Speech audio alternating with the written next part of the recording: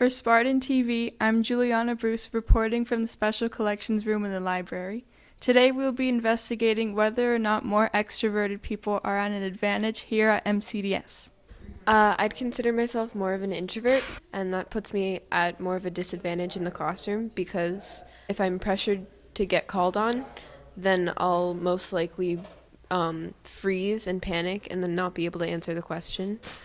Nearly 80% of students who participated in a survey of 51 responses said that they were either an introvert or a mix of an extrovert and an introvert.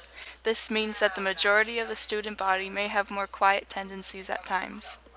So, is the learning environment at MCDS as balanced as the personalities of its student body? Knowing that 20% of our school is extroverted, I believe that the learning environment at MCDS is not representing our demographic. Last year I took Brennan's honors world history class. In our class we had a lot of extroverted people, and his class was highly extroverted, aimed. So he would give us like participation points about when we raised our hands in classes, and I had to force myself to raise my hand. And even though I had nothing to add to the conversation and I froze up every single time, I did it for my grades. And I think that's very unfair for teachers to do.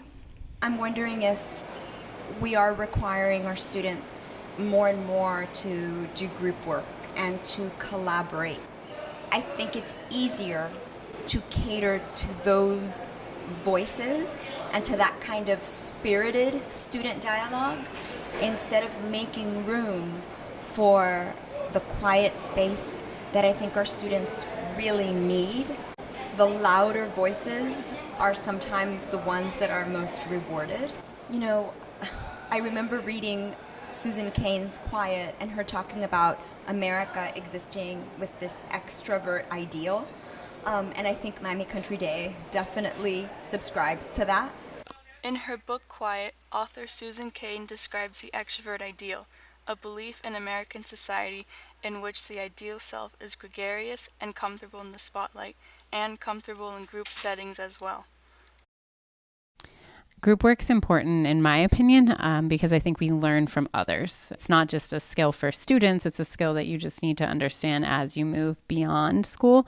So I like when students can sit and work and learn from each other. And I think we all have something to teach, so I think it's important that we have that opportunity to share that knowledge with other people. I demand group work at times, but I also allow students to have that flexibility to, if they need to work by themselves, they can work by themselves. They can choose to work with others. Some students have already figured out their best way of learning, and some people are still trying to search for that best way to learn. Because again, as a teacher, we do value students who speak up, and we want to encourage students to speak up and share their ideas, but always in a way that feels safe and comfortable. I think that balance between the two allows a student to either take advantage of being with the group or to sit back, and they can still work independently and they can still get the work done. But at least providing those opportunities to explore, I think that this is the time where you have to do that. So, going into college, like, I'm going to learn best by sitting in the library and studying by myself all day, or I'm going to learn best when I sit and I create a study group and I find time to meet with others and talk through things. It's important that the school doesn't subscribe to either the extrovert ideal or the introvert ideal, but rather finds the balance between the two. For Spartan TV, I'm Juliana Bruce.